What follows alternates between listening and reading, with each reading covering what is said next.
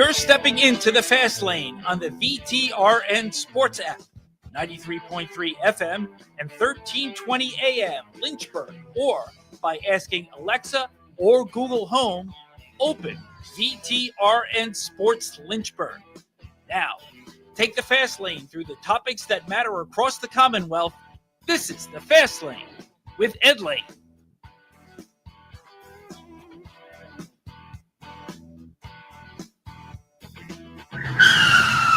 Time to take a detour in the fast lane. Because I was listening. Again, I listen live, so there is no confession necessary here today in the fast lane. And I don't have to ask for forgiveness from our very own producer today, who happens to be the host of the morning warm-up. I was going to ask you, did you miss me? I haven't been on in a couple weeks. It's been a while, but I feel like I still get the essence of you by listening at junctures of 7 to 8 a.m. when I'm taking either the exchange students or the kids to school, or listening back at the morning warm-up where I listen to podcasts. Or if you're watching this on YouTube, you can just go after you finish watching our show. You can watch it on YouTube, my show on YouTube. Yeah, too. I think Ty was subjected to the, I don't know if I'll call it rant, but the head-scratching moment a couple of weeks ago where I'm trying to figure out, it's clearly a y'all's age thing, like you're under 30. Yes. Because you guys watch podcasts on YouTube. And someone explained this to me. I'm 27 for a couple more hours, but we don't have to talk about that. Yes. Well, a happy early birthday to you, because there is no Fast Lane Thursday or Friday because of a blend of the PGA Championship, Virginia Tech baseball, and in some form or fashion, Stanley Cup playoff. Mainly, well, this will be the final 30 minutes of the golf broadcast before we hear the glorious Evan Hughes and call the Virginia Tech Virginia series. Yes, well, that is the exciting part. But anyway, so, we love starting off with detours in the fast lane. And I'm listening to you and Ty, and very well executed, rant on Pete Rose finally being inducted back into the Baseball Hall of Fame and how well he's eligible to get in. I do not trust baseball writers. All right, fair enough. Thank you for correcting me, as Kurt would remind us, and I have to confess. Well, I should have known. Because I should have known. Kurt from Good Burger, by the way. It's okay. R.I.P. I'm here to help you out. So, I make fun of the guardians of game in basketball, like the people that think basketball has to be played with a certain style and way. And the guardians of the game in baseball as well. Way worse than basketball. Way worse than basketball. So stylistically, it's the people that complain about, like, in basketball, they should outlaw the hack-a-shack fouling bad free throw shooters. I'm personal accountability. I'm team personal accountability here. So no, don't outlaw bad free throw shooters. Get better or continue to get fouled until you're not a liability. Like, that's sports. It's life. If you're a liability in business, your competition will exploit it. Welcome to the real world. In baseball, the shift should be banned. Oh, I don't know. Or maybe just slap, hit, and bunt through the entire wide open side every single time, because they're going to just give that to you. And if you're really fast, you might even be able to stretch into a double because there's no one there. Like, I know team personal accountability here, really having an issue with the modern softness. Everything needs to be perfect. Snowflake, snowplow syndrome that's going on in the world today. So wait, but you're at least pro. I think, like, I understand the baseball changes compared to the hack-a-shack because they're just trying to make the game, like, quicker. They're just they're trying to make it more, like, watchable so they can save the sport. Like, more the pitch clock thing. Like, that's what we're sitting at. I don't know if you're pro pitch clock or not. So first of all, I am pro pitch clock, especially in the regular season. Just get the game sped up. Like, we don't need 3.5 hour games when we're talking about baseball. I don't know, like right now in the middle of May. Like, let's get this thing going here. We got 162 of these things.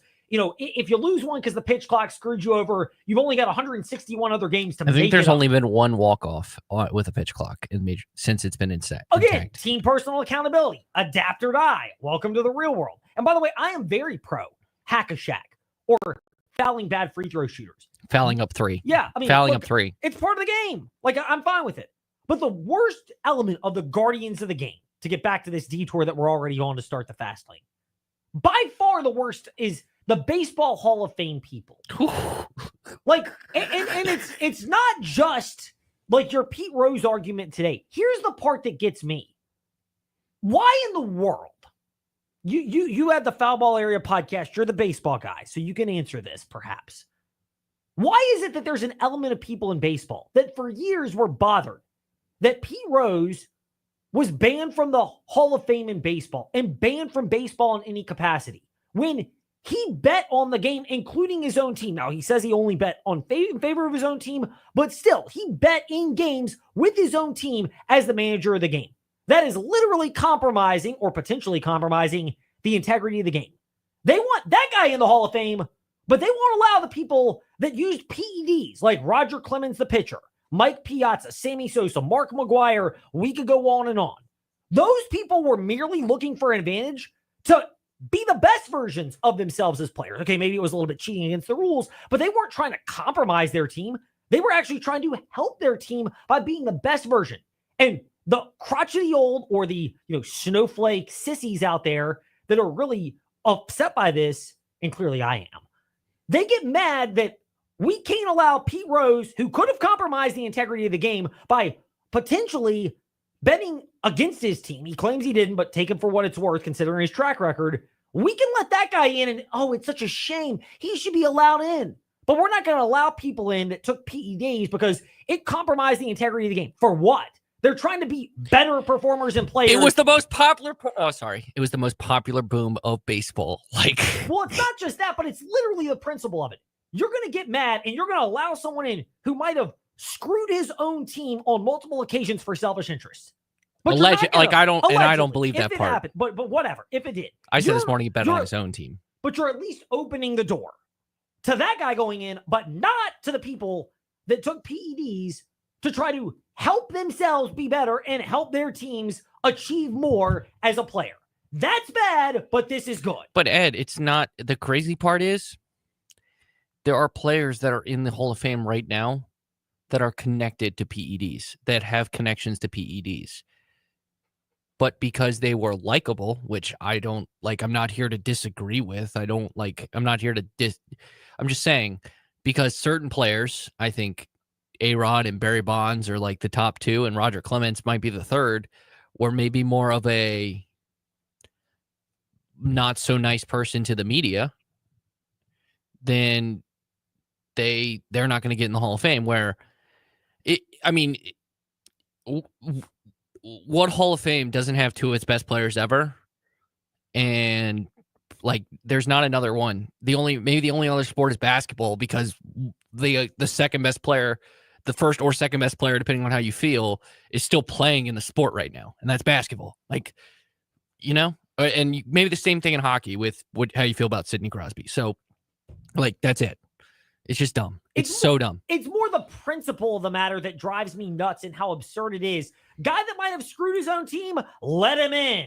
Guy that might have tried to help his team, ban him multiple times. The mission of the Baseball Hall of Fame, and it is explicit, is to tell the history of the game of baseball. Then have a PED wing and just let them all in and have a giant asterisk emblazoned on the floor. If you can go to me and tell me the history of baseball without Barry Bonds, then credit to you, because Barry Bonds is maybe the greatest baseball player we've ever seen.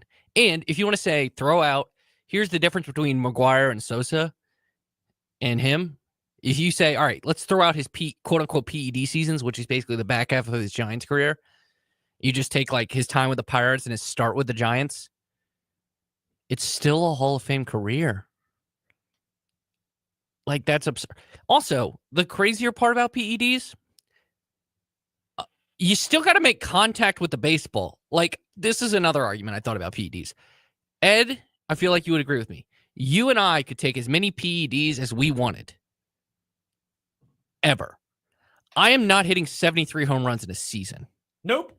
Right? I still got to hit the ball. Right? You still got to make contact with the baseball. I still have bad hand-eye coordination. The PEDs will help you with power, but making the contact part of it, it's just dumb. I could talk about this for hours, but this is, that's why I had to stop myself this morning. So we took a detour here in the fast lane, but if you've been around people that don't know how to take a detour and can't drive very well, and they've caused an auto accident, then you might be in a situation where you need quality representation. Can I get the words out of my mouth? That's where Trost Law will come in and help. Serving our community for over 4 decades, since 1982, 777-HURT and TrostLaw.com. A reminder to please be safe this summer. It may take a couple extra minutes to get somewhere, but that's better than the alternative of being involved in an accident or much worse. So remember, be safe on the roads. That from TrostLaw.com and 777-HURT. Now, Dale Earnhardt Jr. He had something to say, and he was on his podcast earlier this week. I want to just, first of all, I've criticized, and it's been the subject of many middle fingers that it may have come. I'm not going to actually do the full middle finger gesture. I'm going to put a couple of them up together, but I've had a couple of them multiple times when criticizing Dale Jr. Dale Jr., the NASCAR driver, was never what people wanted him to be or thought he would be or what they thought he might have been. He was not Dale Earnhardt Sr. in terms of driving desire, talent, skill set, and frankly, unabashed willingness to win at all costs. But Dale Earnhardt Jr., the media personality and broadcaster, he's still NASCAR Jesus. He has done infinitely more than ever expected to grow the sport. This week is a great example of that. First of all, the All-Star race, 3rd year in a row at North Wilkesboro. It's literally there because Dale Jr. started it by scanning the track for iRaces, saw potential in it, and helped spearhead the efforts to bring racing back to North Wilkesboro. He constantly advocated for it and deserves so much praise for getting NASCAR back to a track that it never should have left for my place, of course, Texas, although New Hampshire got one of the dates too. But Dale Jr. also deserves credit in this sense. He's largely spoken and said stuff. Never was that more apparent than on his podcast. He has finally said it. And look, we have said this in the fast lane, but here's a shocker, Trey. Whether it's you and your crew on the Front Stretch Happy Hour podcast, again, getting my usher on. I have not yet listened to the episode that I have downloaded. Haven't had time today. It's been crazy, but I'll get to that. But I quit. Whether they say it or whether we say it in the fast lane, when Dale Jr. says something, here's a shocker, it resonates more. And what he said about drivers and the fact that what drivers wanted essentially needs to be taken with a grain of salt carries a lot of weight. I am so grateful he said this. First of all, what's good in terms of performance for a driver is not what's good in terms of performance for the entertainment product. When I was driving a race car, when I was a race car driver, I was selfish. It was about me. It was about what was good for me. And that's not always what's good for the sport. That's not always what's good for entertainment. That's not always what's good for the fan that bought the ticket. Dale Jr. on his Dale Jr. Download podcast, spot on.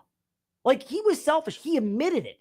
And he elaborated that sometimes he actually wanted the boredom that fans don't want. When I was on the racetrack, I wanted everybody to not run over my ass and stay off me and not up around me, but that's kind of boring. Yeah, boring. Boring is good as a race car driver. It's bad as a fan, but it's predictable.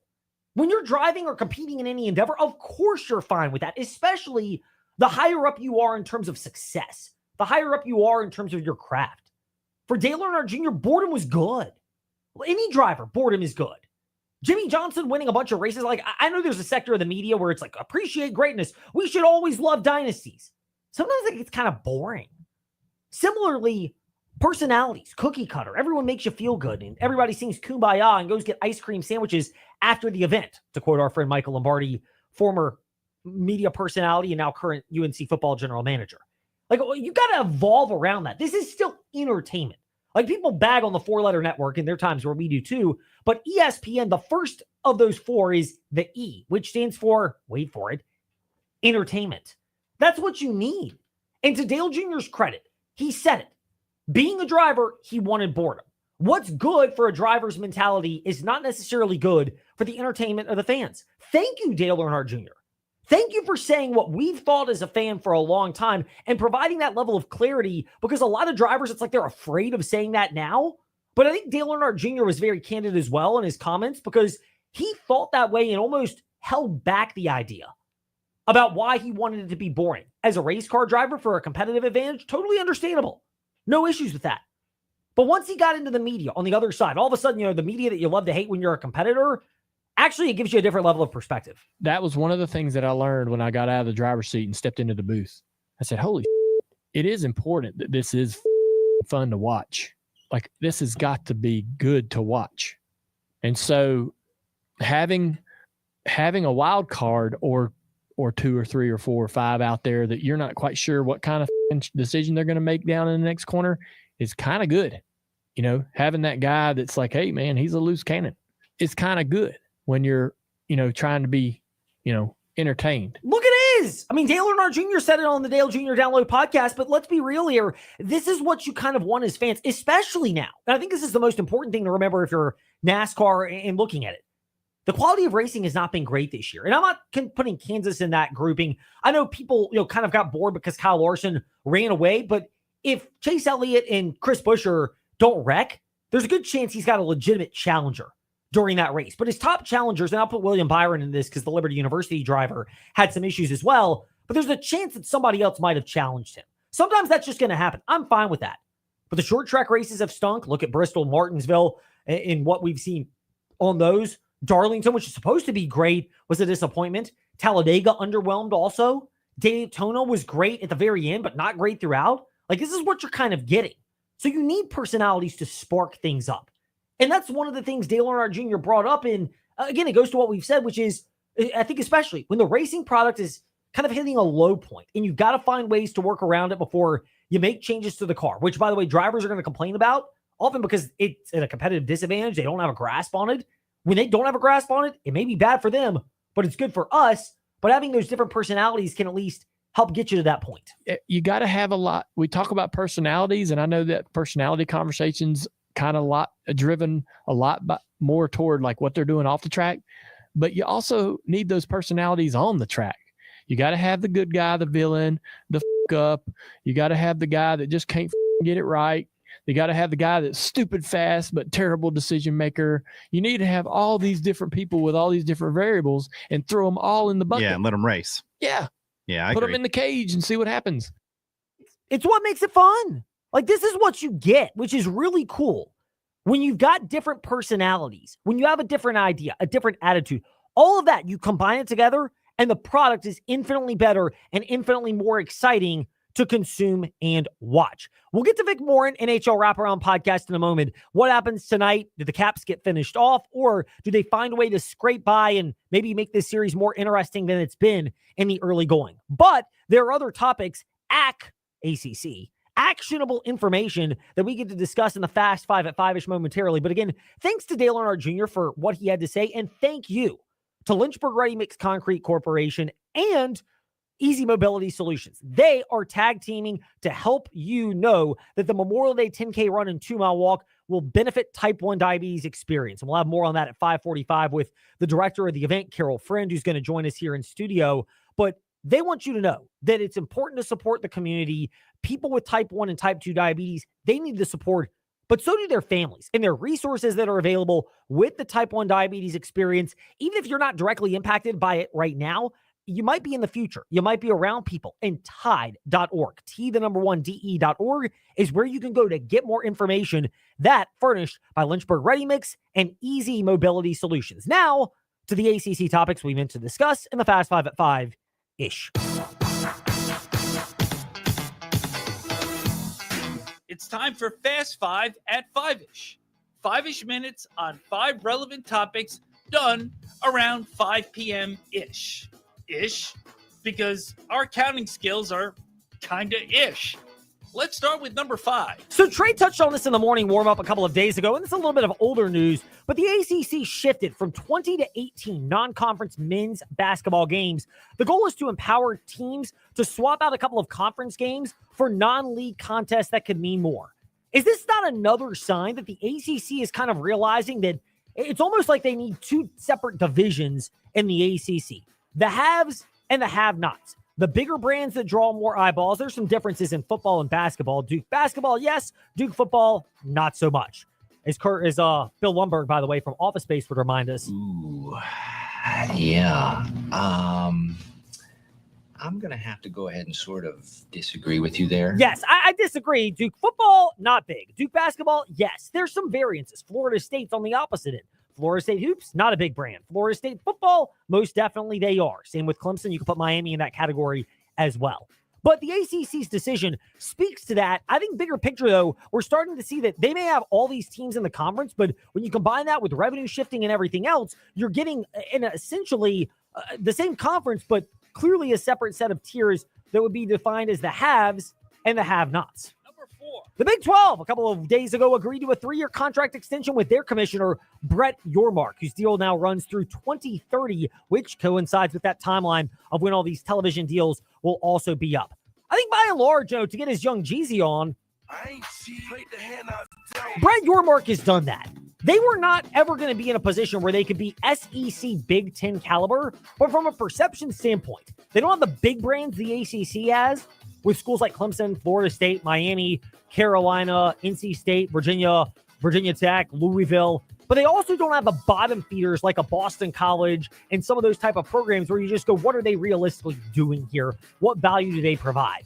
And he's done a great job of creating the perception around that conference, has Brett Yormark. It's why that extension is very well earned. On with the rest of the ACC. Number 3. Very interesting comment from Brett McMurphy of the Action Network, formerly of Stadium. Miami's Mario Cristobal said he spoke to, quote, 1 million people, end quote, about number 1 draft pick Cam Ward, except one. And Cristobal, to his credit, came out and said, quote, I can't recall many NFL teams or TV people I didn't speak to, end quote. However, they did not speak with, here's a shocker, Mel Kiper Jr. saying, quote, never heard from him, end quote. I don't think we ever talked to him, elaborating on the Mario Cristobal comment. Part of this is the question is Mel Kiper Jr. Mel Kiper replied to that, by the way. What did he say? He said Mario Cristobal claims he spoke to 1 million people about Cam Ward, yet the one he didn't speak to, being me, had Ward ranked higher, 6th on my big board, than any other draft expert. Interesting, isn't it? And oh, by the way, I didn't speak to Dion about Shedeur either. I need another orange crutch after this nonsense. Well, hey, look, to his ever-loving credit, I think it's very good to say for Mel Kiper to come out and admit he didn't speak to Shedeur or to Cam Ward. I will give Mel Kiper at least this amount of credit. First of all, when you've got the ability to speak to those people, I think you have to do that. Now, I do think for what Mel Kiper has done for the NFL draft, and he's done great to get it on the map, I'll back off and say this much. Look, a couple of years ago when Daniel Jeremiah took over, heck, one of Kiper's colleagues, Louis Riddick at ESPN, to be fair.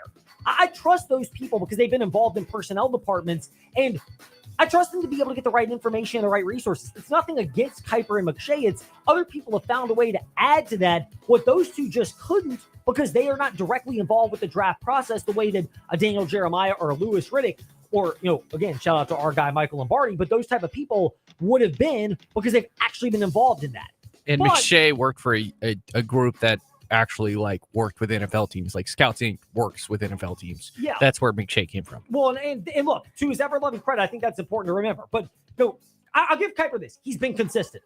I would like to have had him speak to all these people because he has access to it. But if you're not going to speak with one, at least don't speak with the other. And Kiper deserves praise in that regard. Number 2. Speaking of Michael Lombardi, his colleague and boss, Bill Belichick at the University of North Carolina, when ACC Commissioner Jim Phillips was asked about it, he said, quote, ESPN ran to us before we could even run to them about televising more UNC games. It's a great thing for the ACC, a great thing for North Carolina, and we are all following the massive coverage that Coach Belichick draws, end quote. Look, for all the criticism of Jim Phillips, that's the route he should be taking. The ACC needs to lean into these type of storylines and brands. For the longest time, they've tried to suppress it. Lean into those personalities.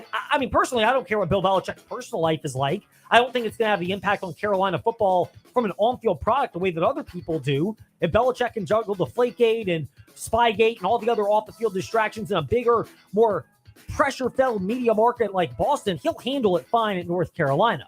But the idea of that being a story is good business for the ACC, and they should be leaning into this type of stuff. Speaking of good business, wait, Ed, I have a question about you because I've mentioned this twice now on my show. Is Jordan Hudson banned from the Virginia Tech Radio Network studios during your show? No, because she's not banned during mine. She is allowed whenever she wants. She can just get at us. She probably knows how. Wink, wink, nudge, nudge. Or she can just go to Fastlane, Edlane, Facebook, Twitter, Instagram. I know she lost Miss Maine, but she could be Miss VTR in sports. She would be Miss VTR in sports, 100%. She comes in here once, she gets that nod. Number 1.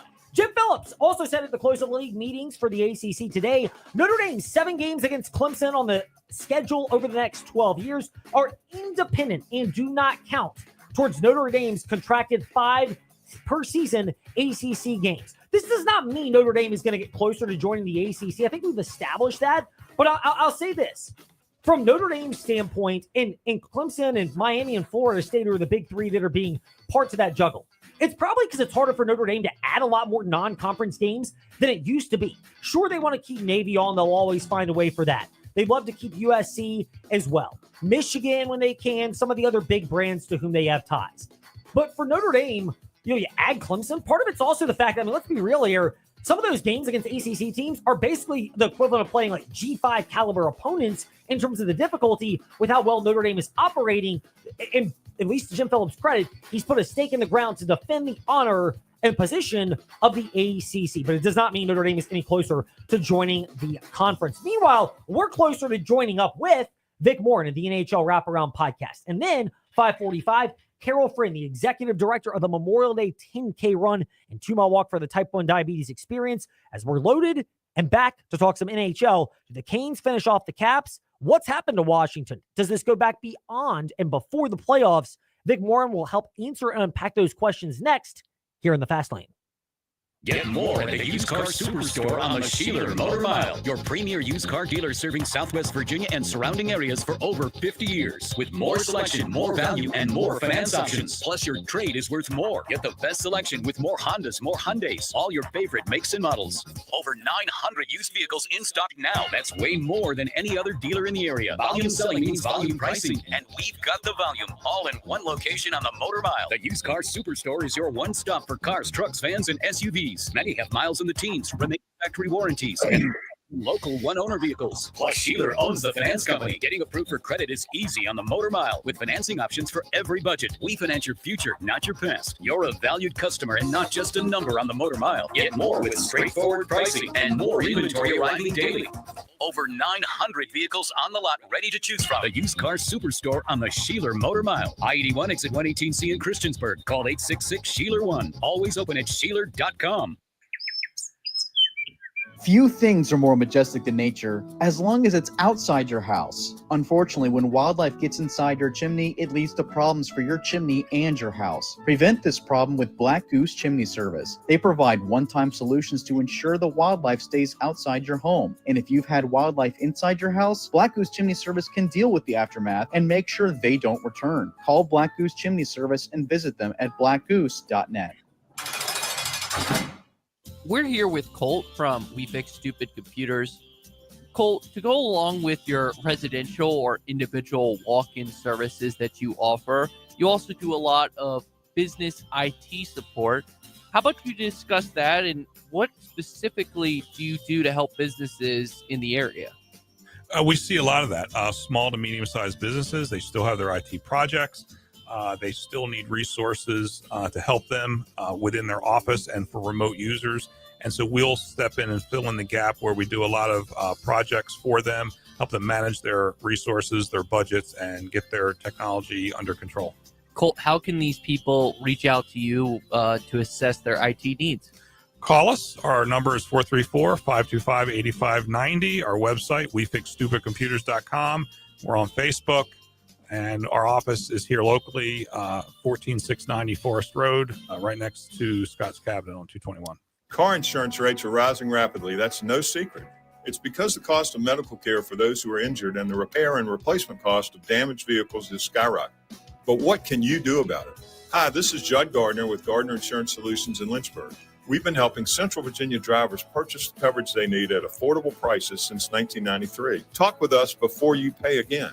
We represent numerous companies and have many cost-saving strategies. Gardner Insurance Solutions, 434-316-5433. Head to lynchburg-hillcats.com to lock in your tickets for the Lynchburg Hillcats this season. Now here's VTR in Sports. Step into the Fast Lane 24/7 at Trey Lyle VT and Fast Lane Ed Lane on Facebook, Twitter, Instagram, YouTube, and wherever you listen to podcasts. Now, back to the Fast Lane. I I can't believe I just thought of this, but it's about 30 minutes past the hour, 30 minutes till the top of the hour, which is a convenient time to remind you that now through the end of the month, you get 30% off the list price of every item at InsaneRadioDeals.com. I don't care whether you want $2, $30, $0, you collect something else. We really don't care what your political affiliation is at InsaneRadioDeals.com. The Fast Lane and the Virginia Talk Radio Network. We just want you to save. So shop 24/7 at InsaneRadioDeals.com. Enter the promo code DAWL at checkout now through the end of the month and get 30% off the list price of every item. And we have added some new items over the last couple of days. Food, bed liners, and more. So check them all out at InsaneRadioDeals.com. 30. Oh, we have basically 30 hours left in the season for the Washington Capitals. Maybe so, which is why we get a chance to discuss that right now with Vic Morin, host of the NHL Wraparound podcast. He has a colleague there, Neil Smith, Stanley Cup winning NFL executive with the New York Rangers. Vic, most bluntly to start, as we're glad to have you back, 30 hours left in the Washington Capitals season. Is it that, or especially being at home tomorrow night, is that enough time to help them regroup? There's always time to regroup, and there's an extra day off in this series, so they won't resume until Thursday. But this has been concerning for me to watch how the Capitals have played this series. And we thought that the Montreal series was kind of a good way for them to get the OV chase behind them, get their game back. And Carolina has taken it to them throughout this series. They are dominating shot attempts. They look faster. They look fresher. They look harder. And the Capitals have not had the requisite pushback. Their special teams have not been good enough. And quite simply, we are going to see whether or not the will of the Capitals gets broken early tomorrow night. So you mentioned the concern part. I am not an NHL aficionado the way you are. I'm surely not as qualified as your co-host, Neil Smith. No offense to you, but since he helped architect the 1994 Stanley Cup champion New York Rangers, I'll give him even more of a nod of expertise over you. I hope you don't take offense to that here in the Fast Lane. But it looks like from the get-go, Washington has been, to me, as a novice, the slower-looking team than Carolina. Slower to getting to the puck, slower to creating opportunities. They've been clearly outshot. Where am I off? Where am I on in that novice observation? You're not. You're going to leave your show and you're going to host my podcast because no, because it's exactly correct. They have been slower. They have not been tenacious. They have not been heavy. And being heavy is one of the fortes of that team. Getting the puck behind the defense, laying some bodies on them, forcing turnovers, and that has not happened. And what you have seen is Carolina enabling themselves, because that's not happening, easy breakouts. They've been able to throw pucks at will at the Washington net, and that's Carolina dictating the pace. Is there time to turn this around? Yes, but it's running out. And as I just said a moment ago, one of the most fascinating things about watching the Stanley Cup playoffs is as teams fall by the wayside, there is a point in every series where you see the will of a club to move on get broken. And Spencer Carberry has the biggest test that he's had in his 2 years of Washington to try to reverse the narrative of this starting tomorrow. And that means big forecheck early, pucks in deep, bang some bodies. If you got to take a penalty to send your message, then do that. Otherwise, Carolina's going to walk all over them. So you referenced the physicality in this particular series. Vic Morin, NHL Wraparound podcast co-host, back with us here in the Fast Lane. Vic, from that, is it a sense of urgency? Is it a mentality thing with this Capitals team? Where do you draw in terms of why they've lacked it, and more importantly, how you flip the switch, if that's even possible, to come out with the right mindset in Game 5 and just start there without thinking that you also need 6 and 7? Well, take out the cliche book. They can only win one at a time. So that starts tomorrow. Home ice, home crowd.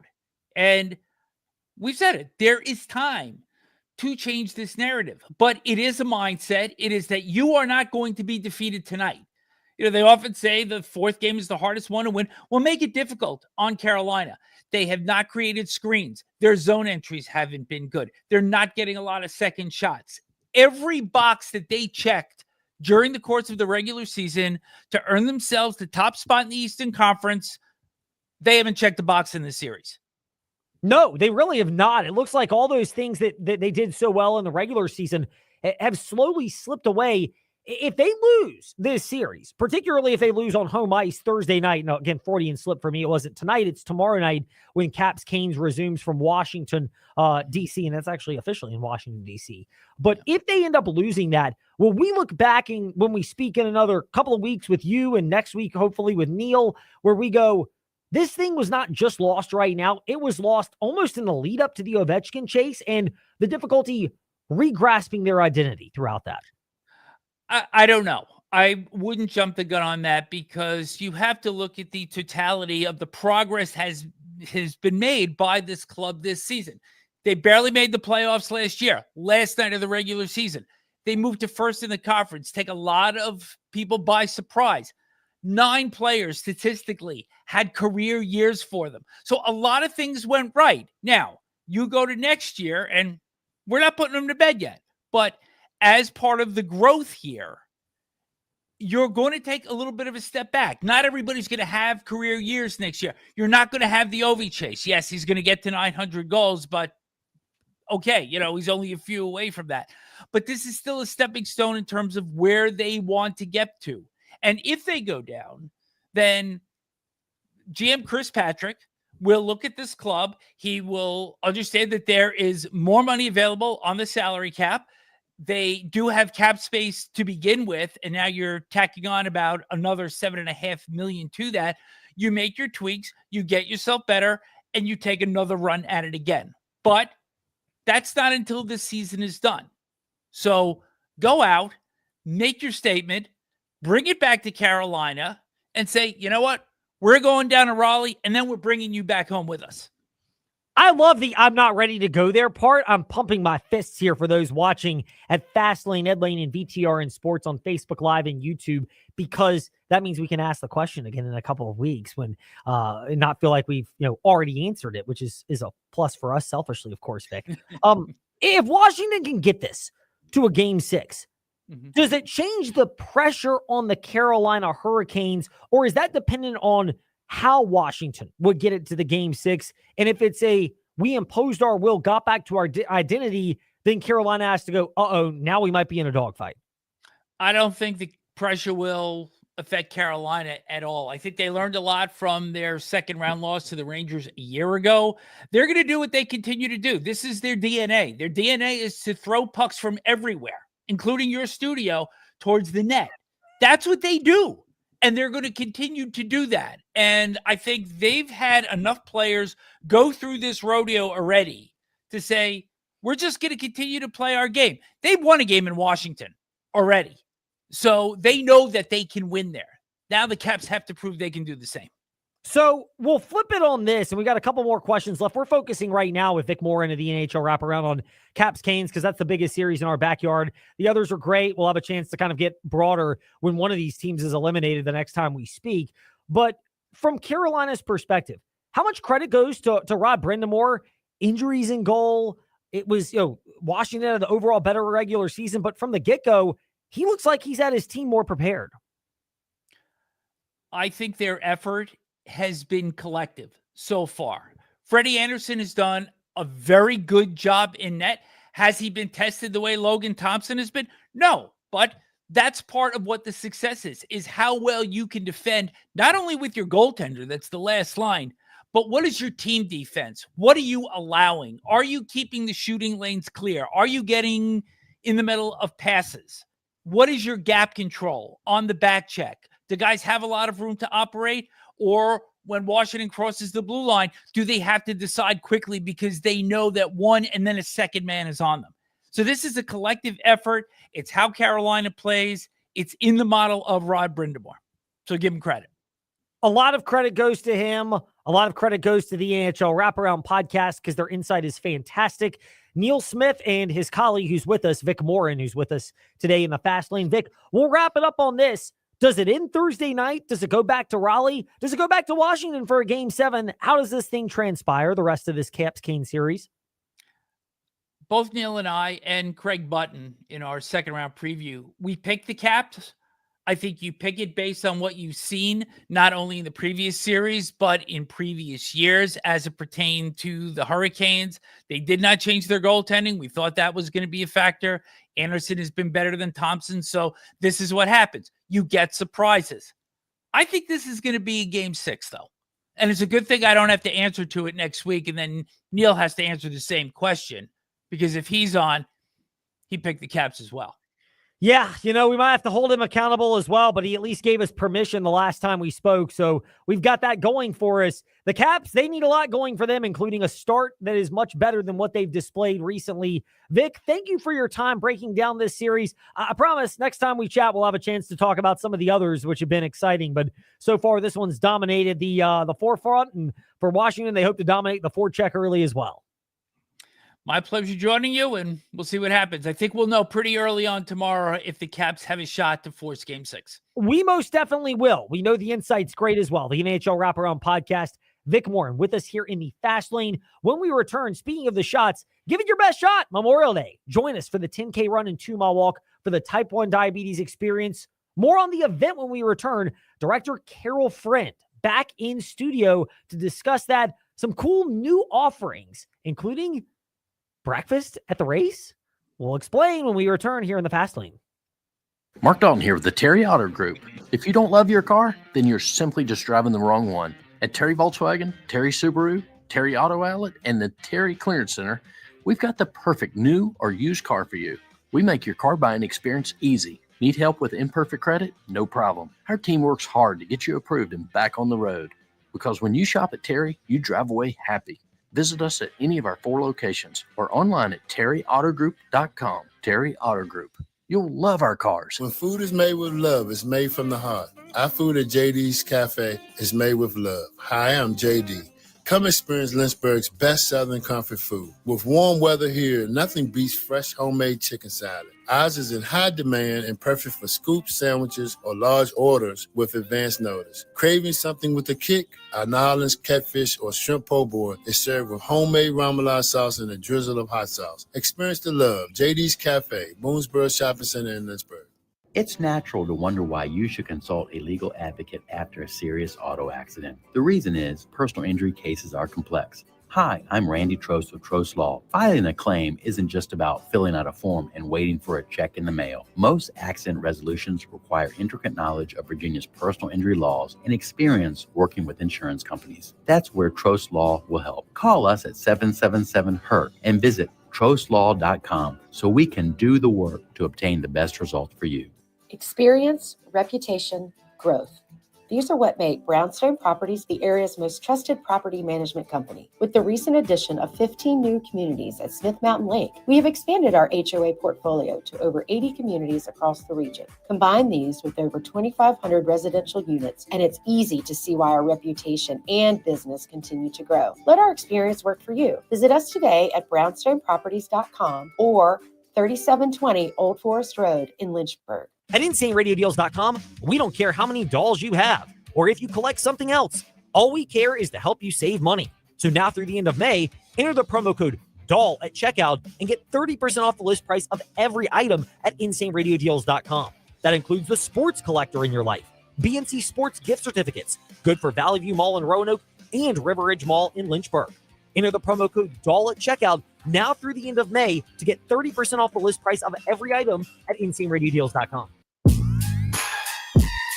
Step into the Fast Lane 24/7 at Trey Lyle VT and Fast Lane Ed Lane on Facebook, Twitter, Instagram, YouTube, and wherever you listen to podcasts. Now, back to the Fast Lane.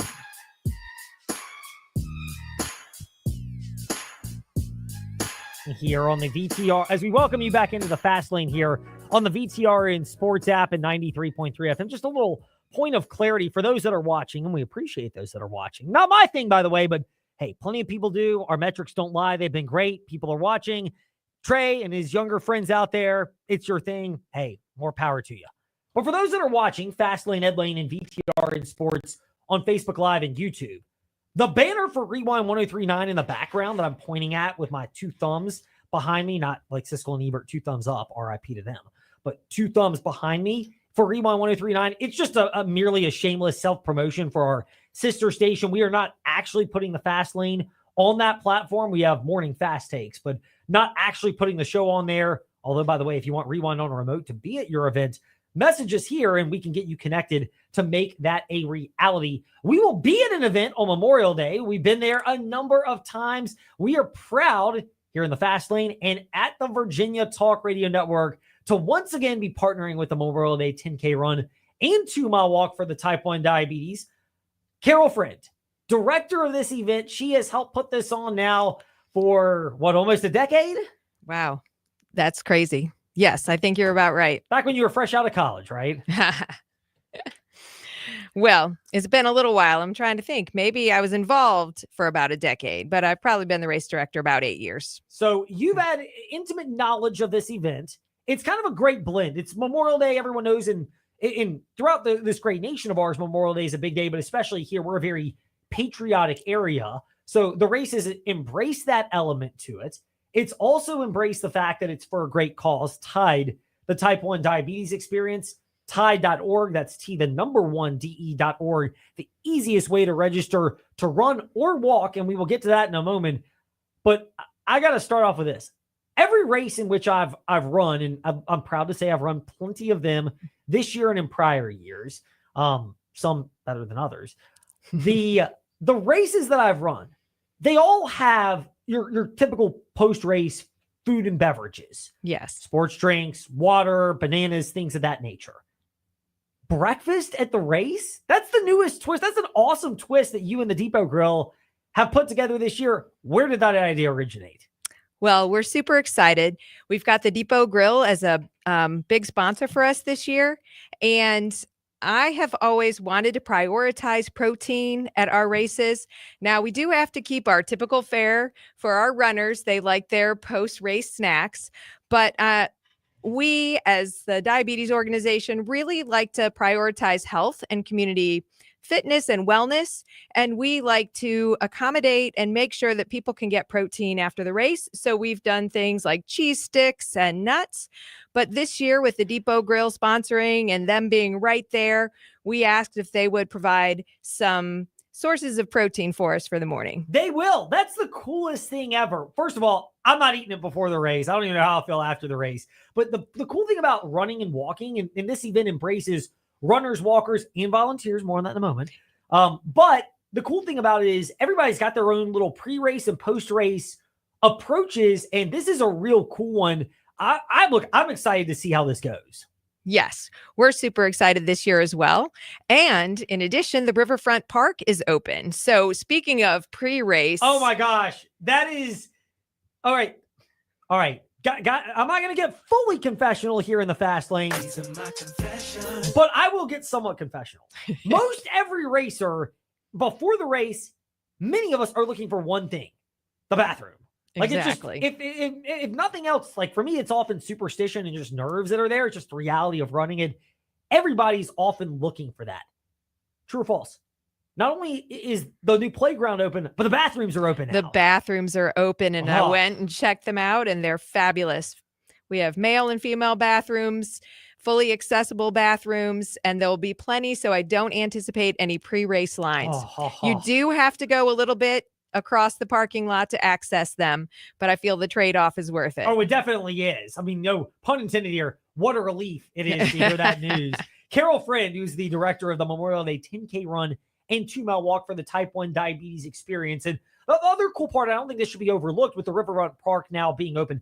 The bathroom's great for us runners and many of the walkers out there as well. When you're about to go out for a while, you want to be able to make sure you're taken care of there. But the playgrounds are also open, and this has been a family-friendly event in and of itself. You've got the new element of the playgrounds, plus plenty of things that have been back in prior years, balloons, face painting as well. So it seems like this event now has a whole new element with the playground being open to make this what it's always been, which is a family-friendly race and walk. Yes, we're really proud of the family-friendly race, and it really gets kids involved with a very healthy activity for the community. So that's the cool part to this. we mentioned the Memorial Day 10K run part, and the other part to this is the 2-mile walk. How much has that part of this event grown, especially the last couple of years? Well, I think it's grown a little bit. It sort of depends from year to year, but I really like the fact that it makes the race accessible for anybody. So wherever you are, wherever you're starting, the 2-mile walk is a great place to start. The other cool thing, and I will say this as a runner, first of all, the running community in Lynchburg, and just generally speaking, it's a very supportive community compared to other sports that are out there. But it's actually kind of cool when you're running back. It's an out and back course, and we'll get to the changes in a moment for the 10K part of the Memorial Day 10K run and 2-mile walk for Tide. But it's real cool coming back because you get a lot of the walkers that are still out there, and some of them are new, and takes a moment to realize, all right, you got to kind of move out of the way here because these people are coming. I'm not fast, but some people are. But when you're running, it's awesome because you almost have like a cheering squad at so many different levels along the way. Yes, we're cheering the whole way for everybody. So we brought that point up about the walkers and what it does to get the community out, and more importantly, to open up the idea of this event being, which is what it's about. Part of it's Tide, but part of it is also just overall health and wellness of making sure that people have type 1 or type 2 diabetes can live their best lives. Yes, that is one thing we really like to promote, resources and other events to help people be as healthy as possible here in Lynchburg. We've seen that. It's one of the cool things. Again, as a runner, everybody's on their own health journey. So it's, different people have different things they're looking for out of running. Maybe it's out of walking, but everybody kind of comes together and congregates around this event itself. How much does all of that, the quality of life and the health, tie into the race mission and its supporting cause, Tide the Type 1 Diabetes Experience? Wow, that's a big question, Ed. I'd like to say that we love having the race because it does allow us to get out there into the community and get our name out there so that individuals with type 2 diabetes, and especially near and dear to our hearts, the kiddos and the families with type 1 diabetes, we can get our name out there to help provide support for them in their health journey, but also create the atmosphere that allows everybody to, enhance their current health aspirations. So you mentioned type 1 diabetes, and we'll start with that one because that's the type 1 diabetes experience. Everybody knows about that. What do people not know about type 1 diabetes that they know and that Tide is able to help people be more educated on? Sure. We have a lot of resources, especially about mental health and wellness with type 1 diabetes, but especially we embrace Dr. Richard Bernstein's methods, which help individuals with type 2 diabetes and type 1 diabetes using a low carbohydrate diet to manage their diabetes better. You mentioned Dr. Bernstein, RIP to the legend, Dr. Bernstein, Dr. Richard Bernstein, who has the book out about type 1 diabetes and type 2 diabetes and what people can do to learn about that. How crucial is that book to helping people that have diabetes, especially those that are new? And it seems like it hits like a tidal wave in terms of how to handle this new development in their lives. Sure. Yes, that was very important to us as my daughter was coming up. We were able to find a way that we still have to use insulin with type 1 diabetes, but we're able to use less insulin when we're intaking less carbohydrates. And it just makes the lows less low and the highs less high. And it makes it more manageable throughout the day. I was really excited when we met Justin and Ashley Rogers from the Depot Grill, and they had already found out about Richard Bernstein. So it was a nice connection for us. When people register for the race at tide.org, that's T1DE.org, to run or walk in the Memorial Day 10K run and 2-mile walk for Tide, how much do people need to know that their registration is benefiting directly Tide, and it's helping those people and families, particularly those that need that financial and emotional support, and what that organization is able to provide for them? Sure. One of the biggest things that we do as Tide is provide books, free books for families and individuals with diabetes. And one thing that we're extremely proud of is that across the state of Virginia, we pay for education for school staff that have to take care of diabetes in the schools. So we pay for really well done education. So yes, all your money is going towards mainly those two initiatives currently. And then also we like to do family events to bring families and children together. That's awesome, because a lot of people in the schools may not be familiar with it directly with their family, but so often they're the ones particularly around the young people and need to have that knowledge of how to support them. Yes. And it's, as a parent, it just gives you that much more security that your child is well taken care of when you're not there. Carol Friend, who's helped direct the Memorial Day 10K run and 2-mile walk for the type 1 diabetes experience. And it also helps people with type 2 diabetes as well. Yes. Yes. It's very evidence-based currently. It's the standards of care are recommending it as the best way to control your blood sugar. Emotional support as well. The event itself and Tide, how much do they tie together in just showing that there's a community out there and that there's emotional support available to people, especially those that are new to type 1 and type 2 diabetes? Yes, I think it really it's an opportunity to pull our community together and bring the kids together to meet other children. And especially, I would say parents. Parents benefit a lot from talking to other parents. Last one and the open-ended one. What else do people need to know about the Memorial Day 10K run and 2-mile walk for type 1 diabetes experience? Come on out. It's going to be a great day. If you don't feel like you can walk or run, we'd love to have you as a volunteer.